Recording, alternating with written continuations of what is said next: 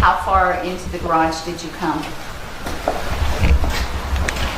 Right there. Okay, and when you were running up, did you see anything?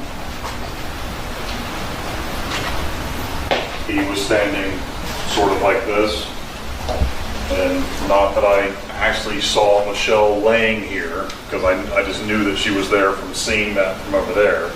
He was standing her and basically standing over the top of her at the time. Okay, so she was lying on the ground? Yes. Okay, then what was the next thing that happened? That's when I got to be right there. Okay. He turned and looked at me and said, "You want no part of this, you want no part of me," one of the two. And then from his right hand swung, and I was standing kind of like this, and whether I went to block or whatever, that's when he caught me there the first time. Okay, with his fist? With his right hand. Okay. And could only presume that there was a knife, not that I ever saw the knife, but presume that he had a knife in his right hand at that time, because that's the first hand that he swung at me. Okay, were you cut here?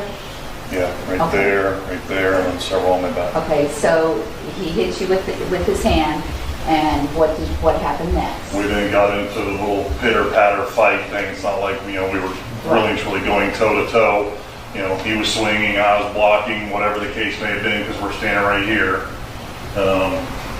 In the meantime, I was able to get a hold of his shirt, and when I yanked him like that, he lost his balance and he went down to the ground right there face first. At that particular point in time was when I realized, because when I threw my head, I could see blood, and I saw blood on the ground, and started doing this, and said, "My God, he's cut me." Okay. So he was still laying on the ground, and then at that particular point in time is when I went that way, because there was a couch here. Right. There was the only way to get out of the garage at the time would have been to go through him or over him. Therefore, the door was open just like it is now. Take us through the avenue that you went then. Can we stop right there, Jim? Okay, let's just stop right there. Can I want to get into a little bit, if I can, ask a question about after that day. So I'm sure there's a lot of anger about the outcome of what the trial was, but leading up to that, there was no trial. I thought it was. Okay, so the outcome of, yes, correct. So that's kind of where I want to go with it. What is this? A lot of people, and I'm one of them, I'm skeptical when it comes to this insanity stuff and this pleading of it. You should be held responsible for the crime you commit. There's a punishment for that crime, regardless of the situation. Again, I'm not in that position. Austin wasn't my son. What would I do for my son? Right? Anything and everything. Right? Right. So what led up to that? How did it get to the point where there was not a trial? Mm-hmm. Can you share that with us, or do you use that kind of something? Yes, of course. No, please. And this is nothing that isn't already out there. Okay. I will say it depends on how you look at things. Again, if it was drugs, if it was mental health, if it was demonic possession, it depends on how you look at it. But the truth of it is that when the case first came to light, which was 2016, we were even further away from open conversations about mental health at that point. Yes. I believe that mental health has only really become a mainstream topic in the recent years, actually since COVID. COVID really kind of put it on the map for a lot of us, or at least started removing some of those stigmas. But I know growing up, there was no such thing as mental health, okay? I wasn't ADHD. I just had too much sugar. Energy. Yeah, right? too much sugar. I got That's true. A lot. Yeah. And I was, nose in the corner because I couldn't sit still, right? Now you'd slap ADHD to it. There's a lot of, mental health was not even really a big topic back then. And it still has a lot to do. We still have a long way to go with it now. But you got to think 2016, that's many years ago, right? Yep. So I believe right out the gate that, depending on how you look at it, it seemed as if the defense was a very methodical, professional defense. Okay. his parents, they spent a lot of money and a lot of time making sure they had the right attorneys, they had the right experts. They did everything they could to defend their son. Yes. You don't have that choice when it comes to prosecuting the Correct. case, right? And a little unknown fact is Michelle Mishcon, the wife victim in the story, her father was the former mayor of Aventura in Miami. Oh, okay. So they had, you would think, if anything, that's a ton of political, Correct. control, right? Or Correct. at least some pull. Yep. They're only 2 counties removed, Yep. right? Yep. You would think, not the case. Wow. Nobody could choose the prosecutor. And I will say from the beginning, it looked hopeful. But then, as prosecutors' offices do, and because the case took so long, it didn't get resolution until 2020 last year. So 2022, November 2022. Yes, it got resolution November 2022. Unbelievable. The case happened in 2016. Right. It's crazy. I want you to think about how many people in the prosecutor's office and the state attorney's office switch roles. That's a thing. You don't stay there for very long, right? It's a stepping stone. So it changed hands a lot, and I just felt dissatisfied in that side of things, right? And also at that time, because mental health, everybody immediately thought, well, he's got to be crazy. Yeah. He's got to be crazy, especially once they found the drug results and there was nothing in his system. Correct. Okay. They thought, well, then it's got to be mental health. He's got to be crazy. Yeah. But, again, it's speculation. But if you go from the aspect of drug withdrawal, like the family is, the victim's family is really pushing, they're saying he was withdrawing from high doses of substances, and we'll get into that in the movie. But according to his text messages, that is definitely not outside of the realm of possibilities. If you can believe what his text messages are saying, he very well could have been withdrawing from very high doses of substances, which could have made sense, making it a drug-induced withdrawal. Correct.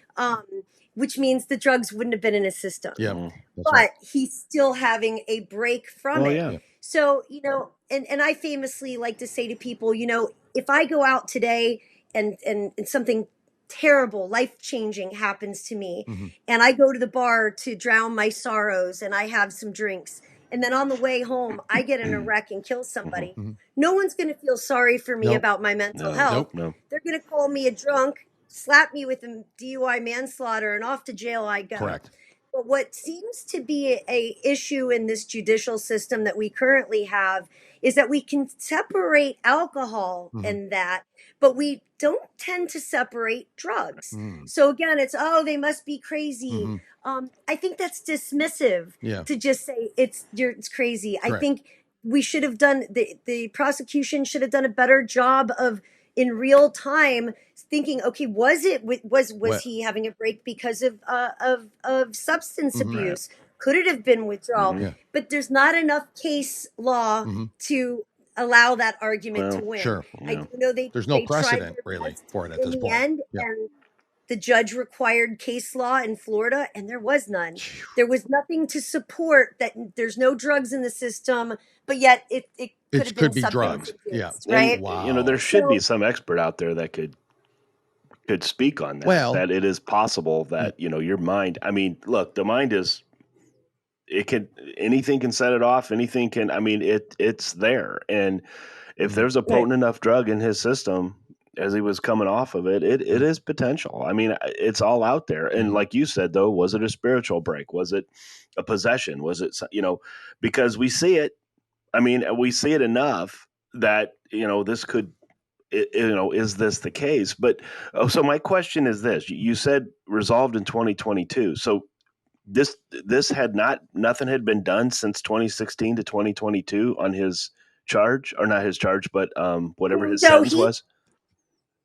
He went to jail. So he went. They put him into a coma after the murders. He drank something in that garage that night, and we'll get into it in the movie. Okay. He drank something in that garage that night. We think in that garage. It could have been anywhere else, but it seems like he drank something from the residence Mm-hmm. that literally almost killed him, Okay. and they had to put him into a coma because he was having organ failure. Okay. So when I apologize, gentlemen. I'm just trying to remember what your question was. Oh no, that's okay. Just Jim, go ahead. You could re-ask. Oh, it. it was the you said the resolution was Oh, how we got 2022. Yeah. But like, was so he since then, I mean- sentenced? When was he sentenced? I guess. Right.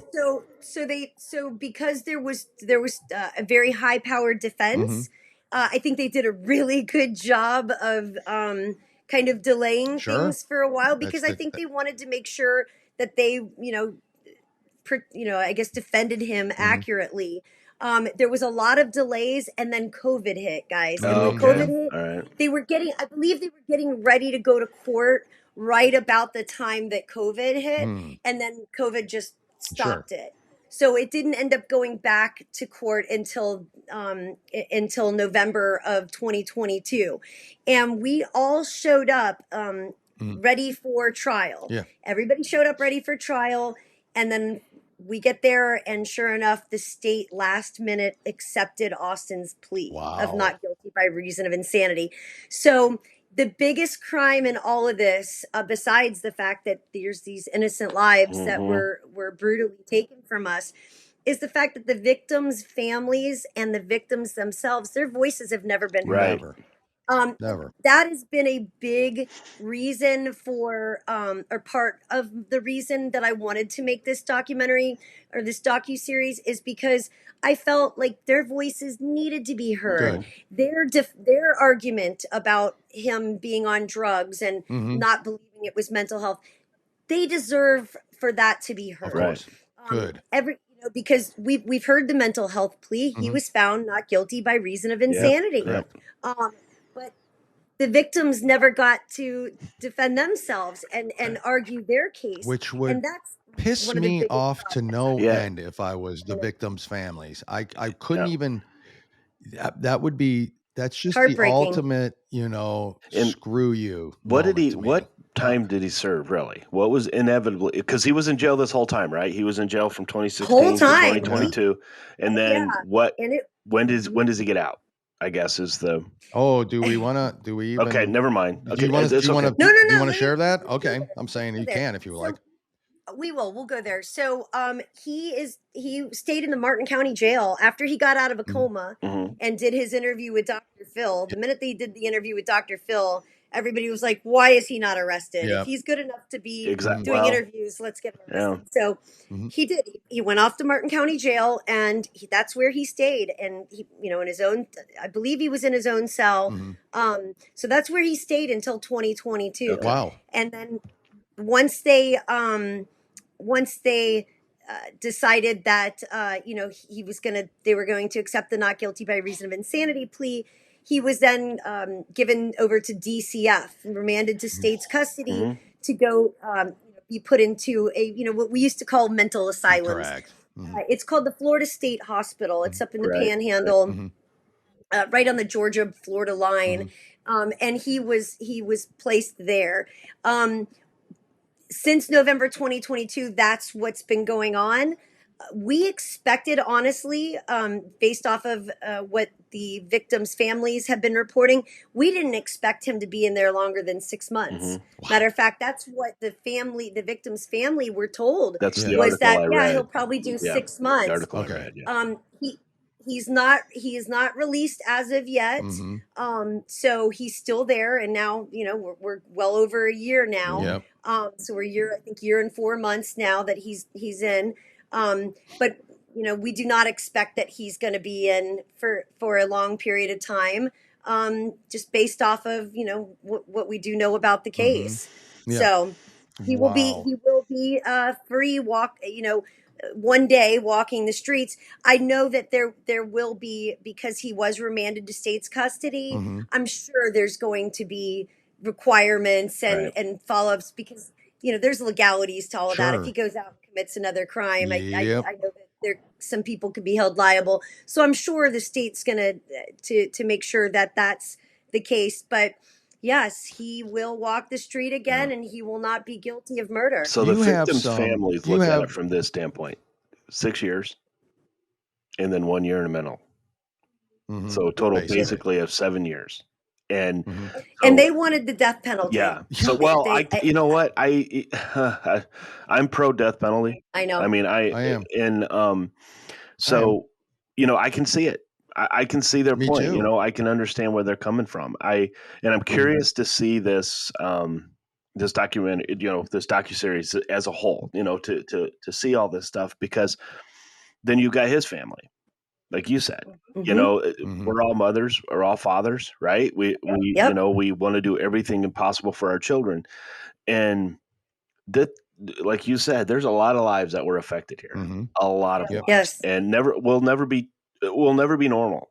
It doesn't matter what anyone says. I mean, even It's if ruined. he comes It's out, he ruined the becomes a model families. citizen. If he becomes a model citizen and he helps people, he does this, he does good work, you still have a group of people that are going to think you shouldn't be here. You should be in Yeah. prison.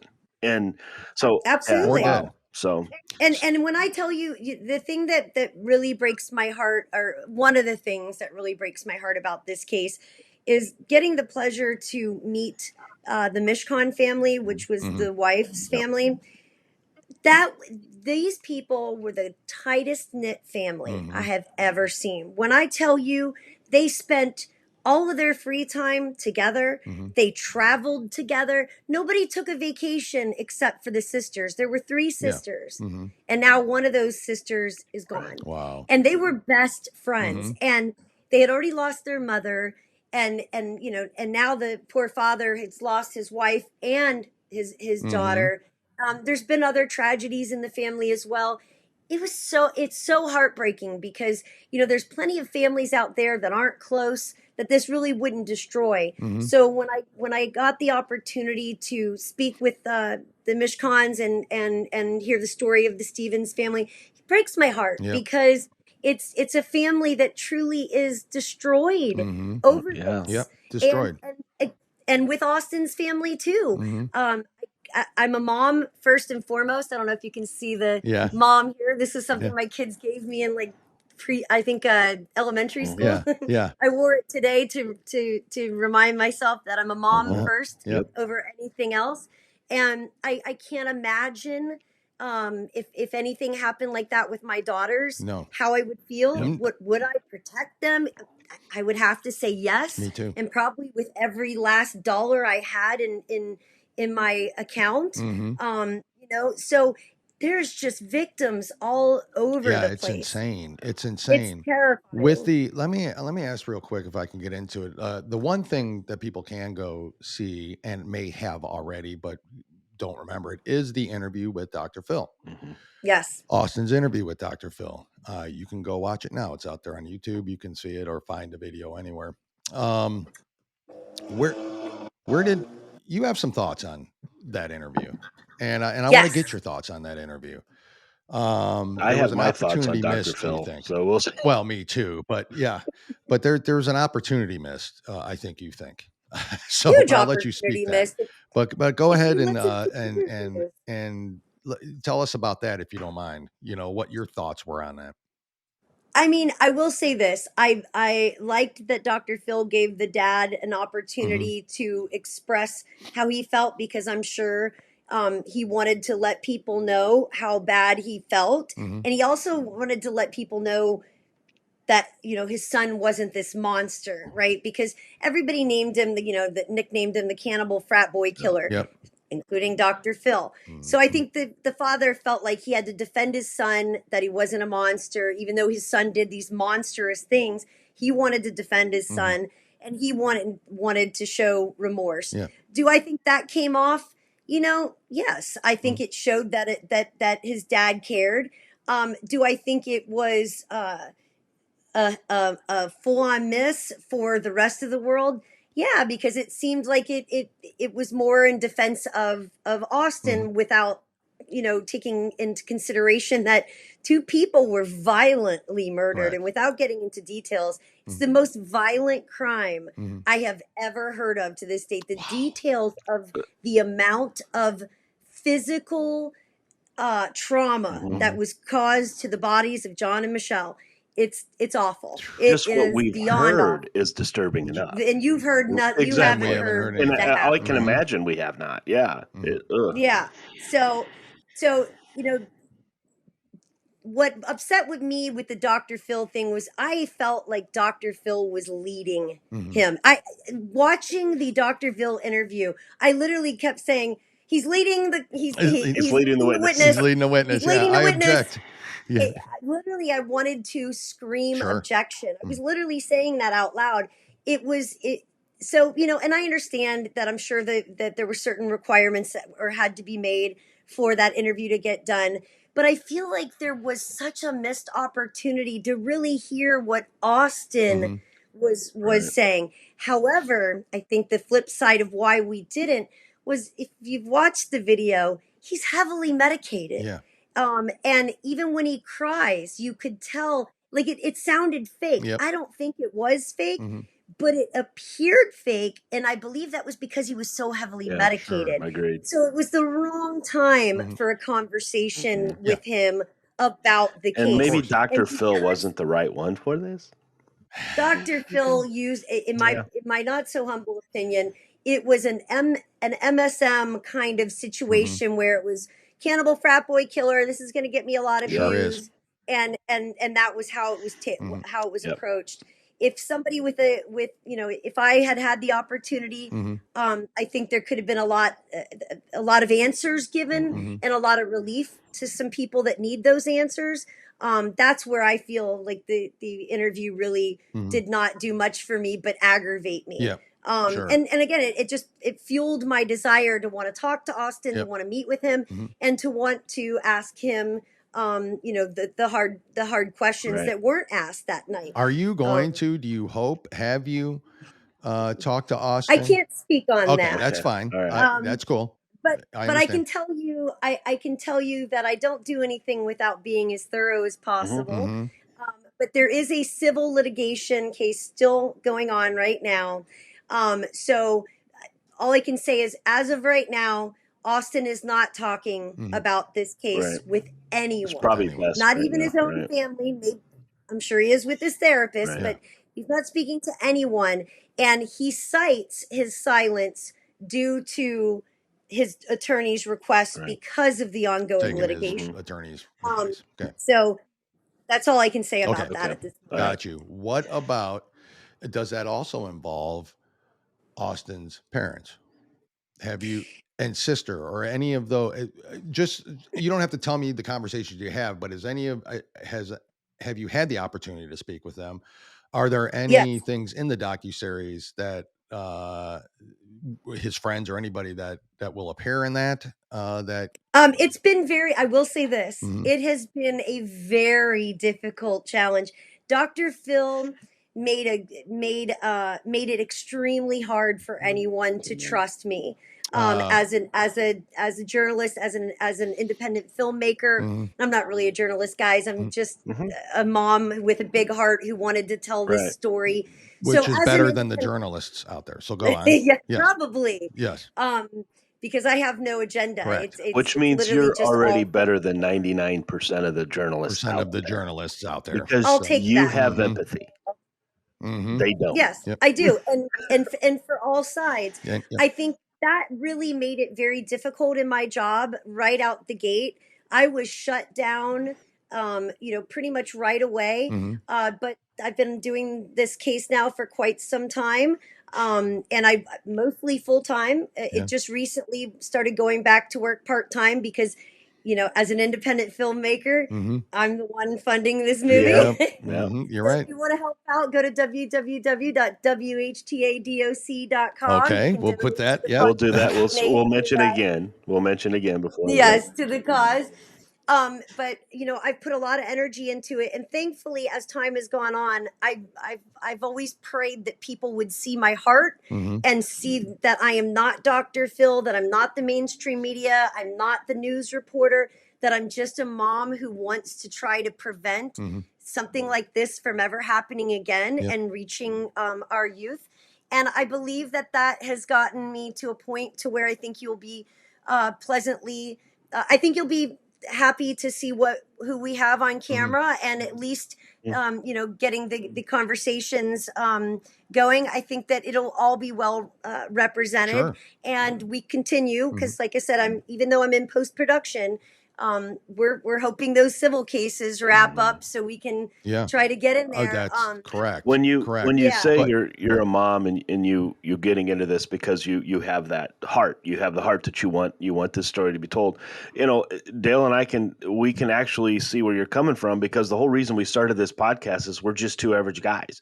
We're just two normal guys who want to give our side of what we are going through with the politics, good and bad, positive and negative, on what we feel. And so same thing. Completely understand that.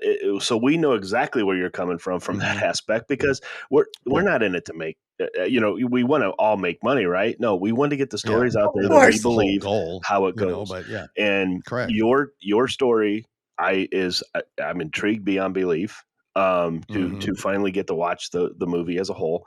And because when we showed the preview of it, the real, that was like, oh my God. Okay. It's gripping. It's very, it's like the want to know blockbuster. more. You see the preview here, but you don't get to watch the movie for another year. What? No. Yeah, I know. And it's terrible. I feel like no, that's good. That part bothers me. But I want to make sure I have everything covered. Of course.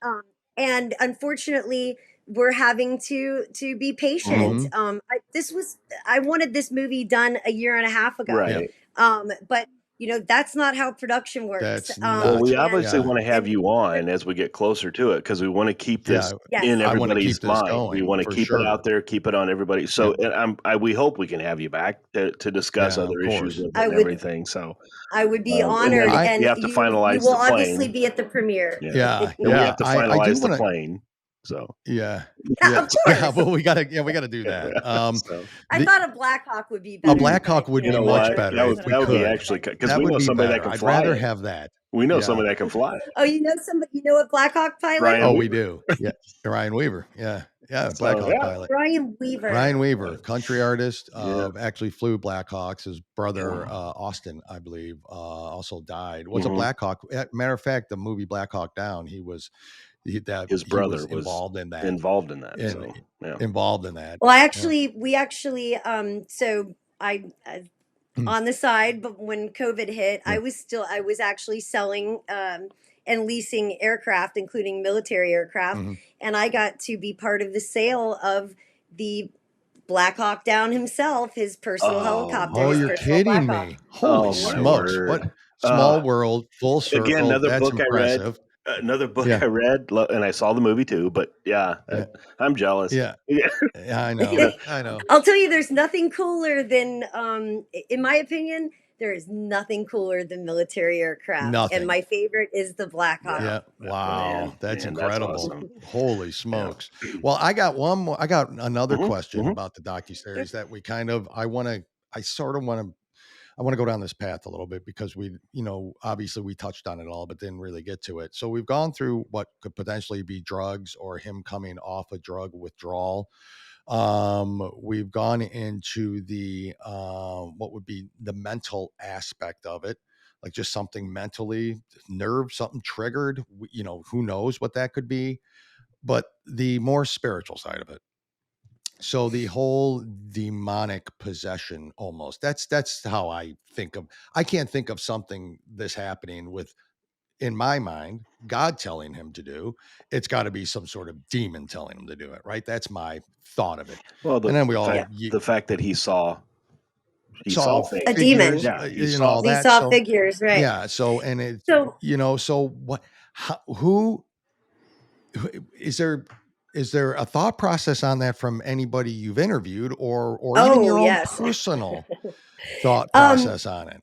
Is it possible? I will say this. I will touch on the mental health. I don't think we quite covered it because I don't know if you gentlemen know what lycanthropy delusions are, but he was diagnosed with bipolar, with lycanthropy delusions, and more recently a schizoaffective disorder. So give me those last two. Lycanthropy. Tell me. Lycanthropy is where you believe you're half man, half animal. Okay, that's Jim. And Similar to, so as you remember, he walked up to his He friend did. the morning of and knocked on the door and asked him for his sign. Yeah. Austin was a Sagittarius, which is half man, half horse. Okay. Based on his internet searches, he was doing a ton of research on how to join the Illuminati, Oh. how to sell my soul to the devil for his rap career. He was looking up astrology. He was big into Greek mythology. So there was, he actually believed he was talking to animals, and who knows, again, maybe he was talking to animals. We don't know. I mean, what you can call mental illness, 1,000 years ago would have been called, possession Correct. or spirituality. Right. So I don't want to label things as such, but yes, he believed at the time, or at least that's what the psychologists and psychiatrists for both the state and the defense agreed, was that he was having this break from reality, and that he believed he was half man, half animal. He definitely, again, that's why I say all three are kind of connected, because I feel like you can't have mental health problems, or you can't have mental health problems without substance abuse. But spirituality and mental health and substance abuse all tend to kind of float together. Okay. Like when somebody's having a spiritual awakening, a lot of people would say they're having a mental breakdown or a psychotic break. And when somebody is possessed, they would say, somebody would say, well, they're demonically possessed. Well, no, they're having a mental health break. But on the flip side, for substances, if they are on substances or withdrawing for substances, that looks like demonic possession. That looks like mental health issues. Correct. So again, we don't know what, we don't want to speculate what exactly it was, but it was, if not one of those things, all three. Okay. Well, that's what I was going to add too. It could be a combination of the three of them. I mean, really, it could be. Absolutely. Absolutely. I mean, I think Austin will be the better one to answer those questions. I think in the end, that's going to be the real game changer for me. But I will say this: I have met with numerous people, Catholic priests, demonologists, actual exorcists that have performed. I will say that there is a strong argument for demonic possession. Whether and there's a difference between attachment and possession. I've learned so much, guys. Well, I'm a big into demonology, so I Oh, you are? Oh yeah, yeah, and okay, so there's a good chance that this is dealing with that, because the things that he was saying really do go back to spirituality. Okay. He really did believe that he was doing, and during the attack, without getting into too much detail, he believed that Michelle Mishcon was a witch. Okay. And he saw her as a witch. So this is, I guess, his defense of why he attacked her. Yeah. However, he saw John with a white light, but he still killed and actually ate him, or at least, did the cannibalistic attack.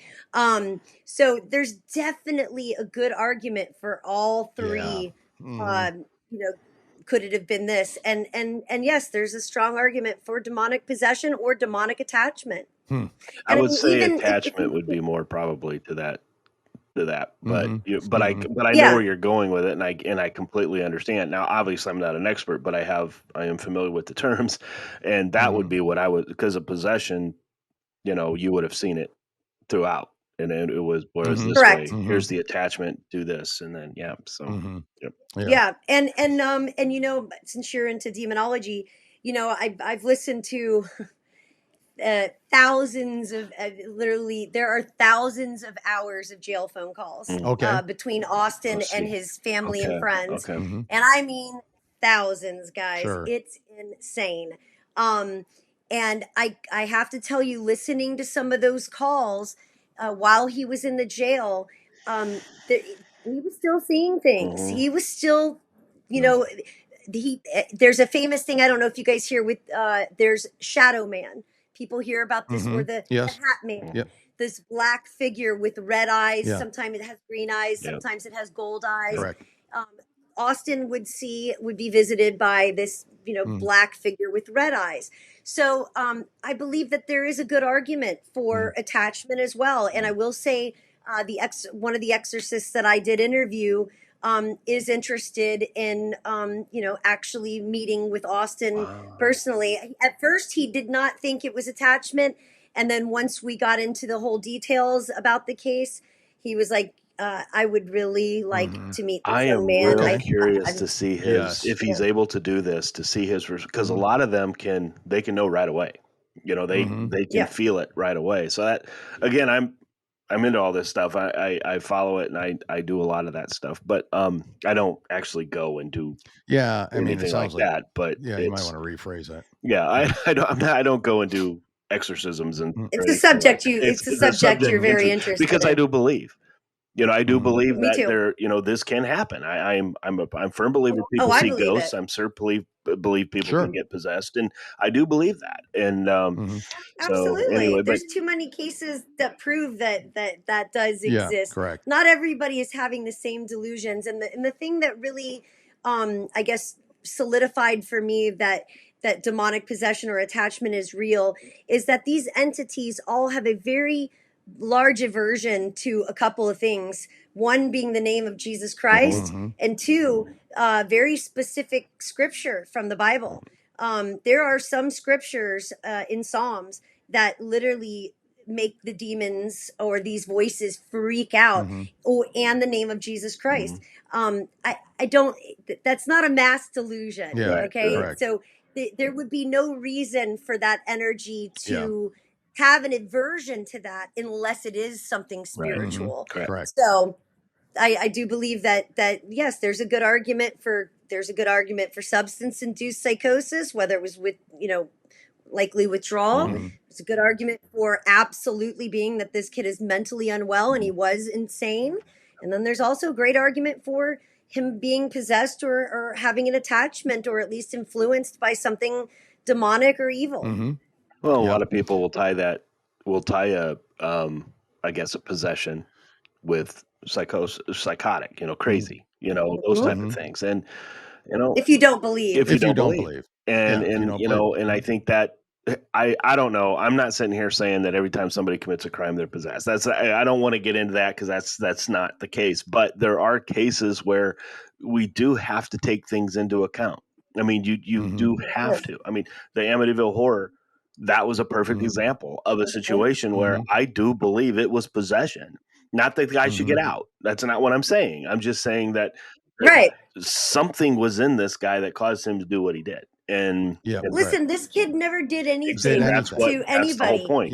He was a gentle, from all reports from the family and friends. He was a gentle spirit. They used to have to try to rile him up before he played football to try to get him mad. They would try to pick on him and stuff to get him mad because he was just so nice, so, docile, right? Yeah. And everyone has told me that about him. He never had been in trouble with the law. This is somebody that just all of a sudden out of nowhere is eating a victim and murdering. In your investigation, and I know this is going to sound silly, but did you find anywhere where there was maybe a Ouija board was used, or where maybe there was some spiritual things that were yes, I think the biggest thing that to me that triggered the spirituality conversation for the docuseries was his Google searches. His Google searches, a week before the murders he was trying to sell his soul. I mean, you can call it a joke or not, but he legitimately went to a Illuminati website, whether it's a legit Illuminati website or it's just it's a lot of different things.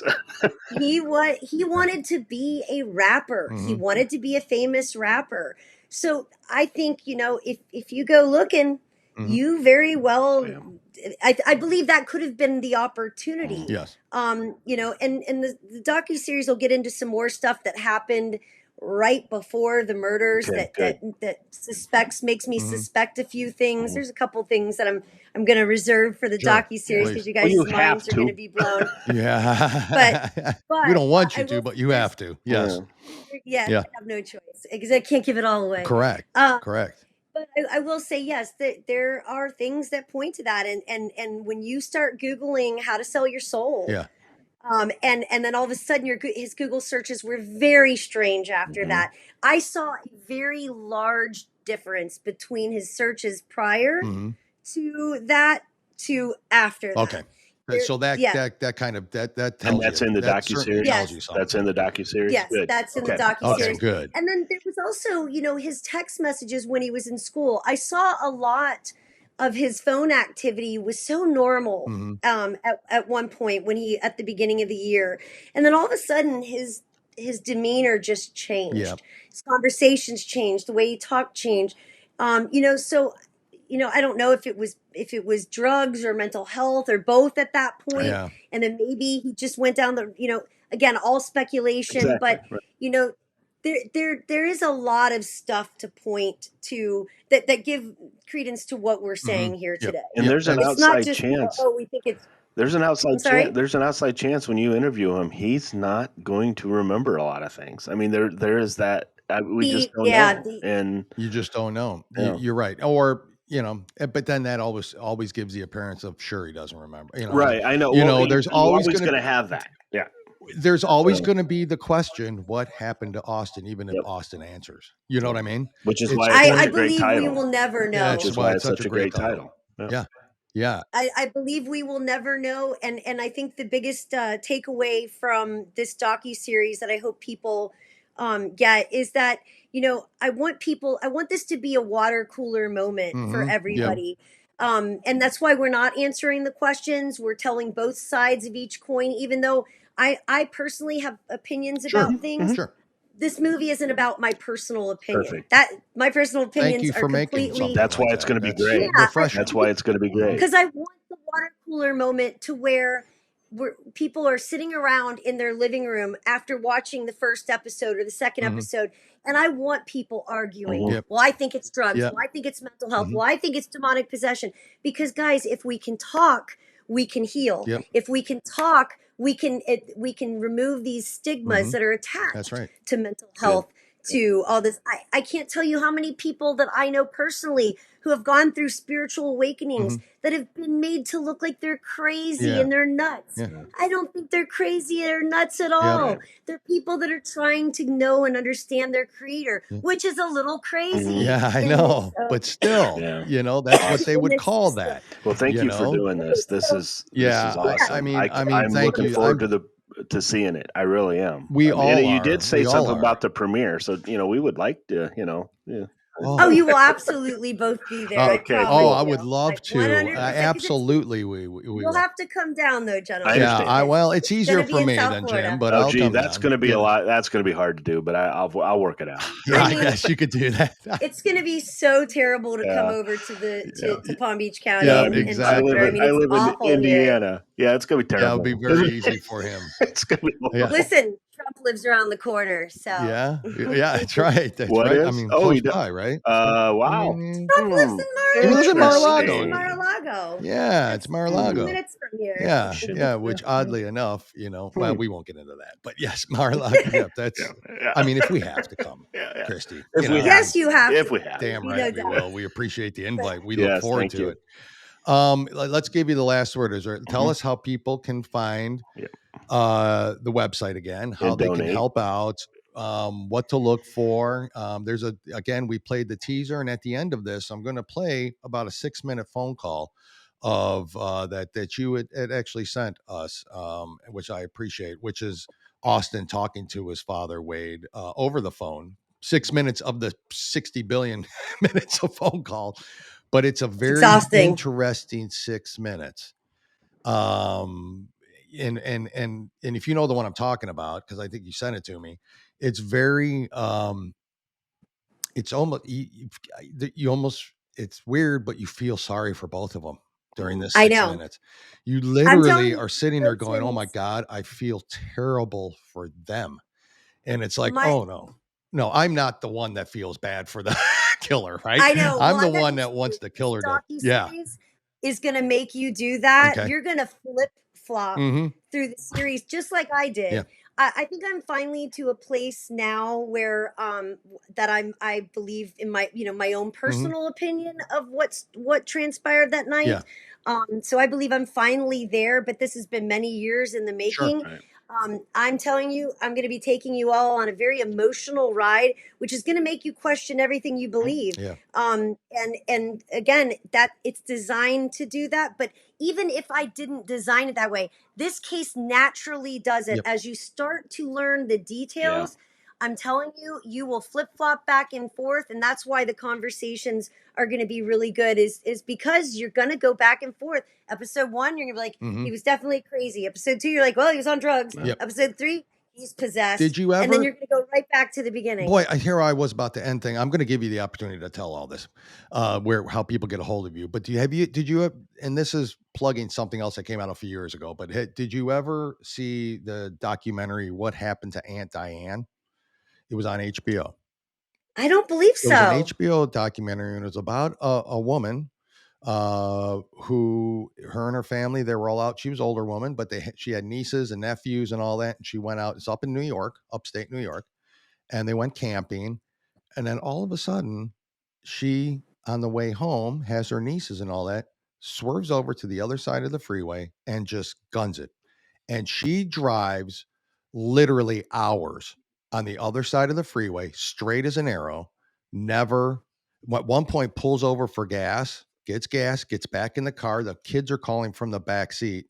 What's going on with Aunt Diane? We're getting, and the cops are trying to stop her and chase her and all that. It's called What Happened to Aunt Diane. Well, I'm watching that tonight. You have to watch it because I already have an opinion on it. I'll tell you. I do have my opinion. Attachment. That's attachment. So I have an opinion on it. But I feel the same about this doc. That's a documentary that I saw many, many years ago. I sat there and watched it with my daughter, who's an adult, but watched it with my daughter. We still to this day talk about that. That's what this documentary and docuseries is lean. I feel it and I know it. It's going to be one of those that are going to be talked about for years because it's such a bizarre case, just like that was. When you watch it, now I don't know anything about editing. I don't know what the real story is. I don't know any of that stuff. But when you watch it, you're going to be like, holy crap. Was it some sort of spiritual thing? Was it? It's bizarre. So I don't not believe any of the options that could have happened to Austin. I don't believe, I believe all of them, at this point.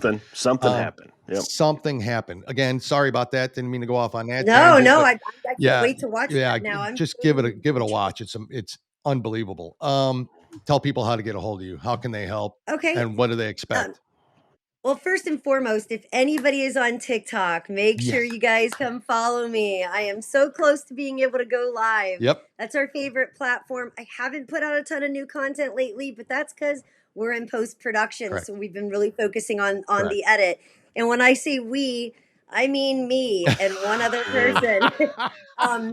We're doing it all. We are as independent as they come. Correct. So our handle across all of social media is WHTA DOC, which is short for What Happened to Austin documentary or docuseries. You can find us on Facebook, Instagram, Snapchat, LinkedIn, TikTok. We're on all of those. We also have a YouTube channel that's under my production company called Myco Media Pro. And then our website. And our website is really great. And if you sign up to our website, we'll send you periodic updates of when it's getting released or when where it's going to be viewable. Yep. That is www.whtadoc.com, just like our handle for social media. If you do want to support the cause, we would love that. There is a donation button right on our page. Everything would go to us taking care of what we're doing, and that is all this hard work. I will say, guys, I know that a lot of people say this. I am not doing this for money. I would love to be able to sell this in the end. Sure. and be like, wow, all that time and all those blood, sweat, and tears and all the anxiety and everything that I've gone through with this case. Sure, I would love to make a dime in the end, but truthfully, I just want to finish this and get this put out there because the victims deserve a chance for their story to be told, because we so often forget that this isn't about Austin. This really is about two beautiful people who loved each other immensely, who, by the way, were packing. They were getting ready to move. They were moving like a week later. Wow. So they weren't even going to be living at that house any longer. Two people that were just amazing human beings. I mean, not one person I've ever heard say an ill word about them. I would love just to be able to finish this film, to do right by them, and to also give everyone the opportunity to, humanize this story across all across everything from the police and all the first responders to the detectives, the family members of the victims, the family members of Austin, even Austin himself, and just anybody that was involved in the case. We would, that's really what we're doing this for. So any assistance would be absolutely greatly appreciated. And we thank anybody for that. But most importantly, stay connected on social media, because that helps allow me to gain more exposure. And the more exposure we have, like doing this podcast, the more likely we're going to get on the bigger platforms like HBO. That's the goal. Correct. And so supporting independent filmmakers like myself, We know a couple. you have no idea what it means to the project, because it just gets us that much closer to finishing this thing, and gets us that close to hopefully making some sense and removing the stigma of mental health, and opening the conversation up, and hopefully with lawmakers too, about the drugs, about the fact that, and not saying that this was Austin's case, but if there's a history of drugs, should we be allowed to claim not guilty by reason of insanity? Should that even be allowed? Just like the DUI conversation, I think there needs to be some adjustments to laws so that we can prosecute properly. And there needs to be a better system so that if somebody truly is mentally ill and insane, that when they are eventually released, that the world is not going to be their victim, that they'll be okay. I mean, there's concerns across the board. There sure is. Absolutely. So we're hoping that this series will do that. And so anybody and everybody's support is much appreciated, especially the two of you. Gosh. Thank you so It's the very least much. we can do. It's absolutely the least we can do. It's an honor for us. And I mean, Yes, it is. And Very you're much wonderful so. in front of the camera, by the way. So you might wanna no rethink issues that. whatsoever. No nervousness or nothing. So. No, it's amazing. Yeah, except you can't see my sweating legs. Well, I'm literally sitting on a towel. Yeah, no, it was amazing. You did great.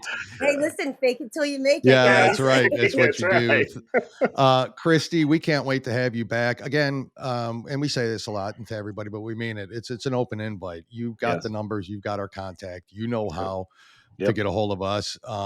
If for some reason there's something we missed, you want to come back on. I know at one point we were going to have Jonathan on as well, and he can My partner. You can come back and we can talk that aspect of it, because that's super. That's important too. The whole. Well, you know what? I would love if the audience, feels strongly about wanting to hear more about this case. I know you're going to share this all over social media.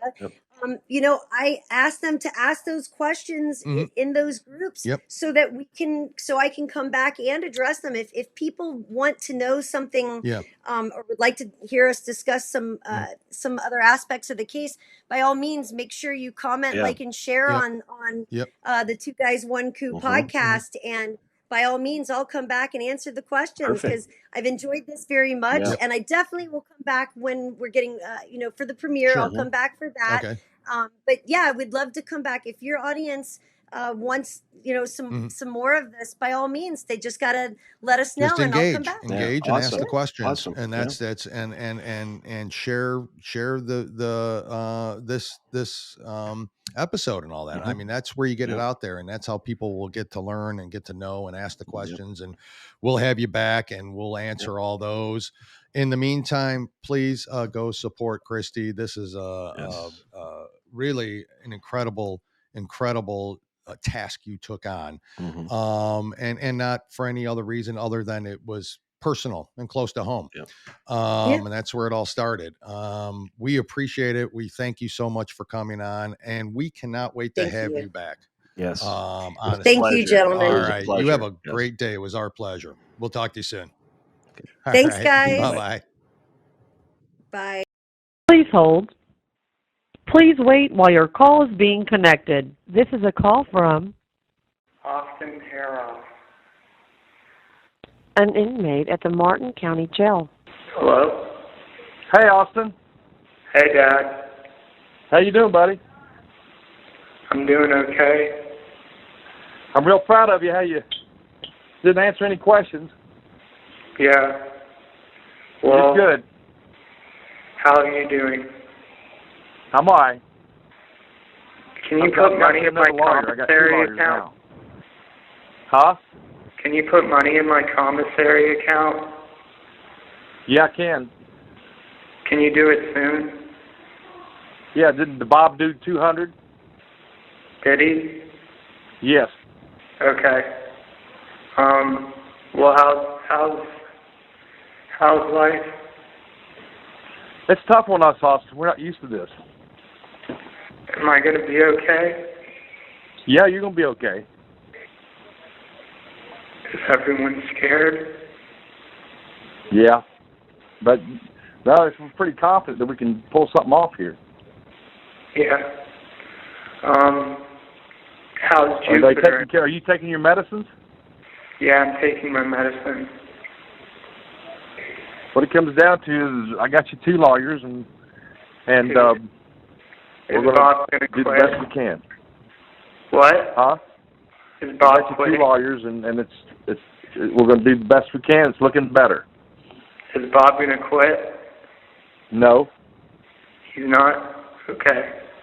I don't think so. No. Did he tell you he was? He said he might, but drop the case. Just hard adjusting to the jail. I know you need to get a Bible, Austin. I know. I asked for one. Do you have one? Are you getting me a therapist or anything? Yes, I plan on it. Can you do it soon? Have you talked to your mama yet? I tried to, but she didn't answer, so I'm going to call her after. Well, let me call her first and tell her to wait on your call, okay? Okay. When you going to call her? Like right after you call her, so maybe 10 minutes. Okay, she'll like that. Everything's going to be all right. I mean, don't worry about nothing. We're going to get through this. Okay. Anything new on the news? Not about me, but anything new in the outside world? Yeah, there's a hurricane coming. Yeah, I heard. Yeah. So I think I'm going to Tampa. You are? Yeah, I'm going to put my boat up and stuff. Mhm. When are you going? Here about 1 o'clock. So did Bob tell you for sure he's going to quit, or he might? He said he might. That's not Is very that good bad? to tell you. Huh? Is that bad? No. Hey, man, it's not bad. It might be good. I like him though. I'm upset with him for telling you that. It's okay. But I'll promise you this: I'll have you another one, Okay. and I'll have you better ones. Okay. I'll never give up on you. Okay. I promise, okay? All right. You listen, Austin. You got to stay strong here now. I know. It's the toughest thing you've ever done, I know. but you got to stay strong. I'm just adjusting. I know it's going to be hard to adjust, but you'll get used to it, and we'll get the best thing we can do to. Huh? Do you know how long I'm going to be here? I don't know how it works yet, but hopefully we can get you into a mental place. Yeah. As time goes on. Yeah. That's what the first step is. You think I can? Yes, I do.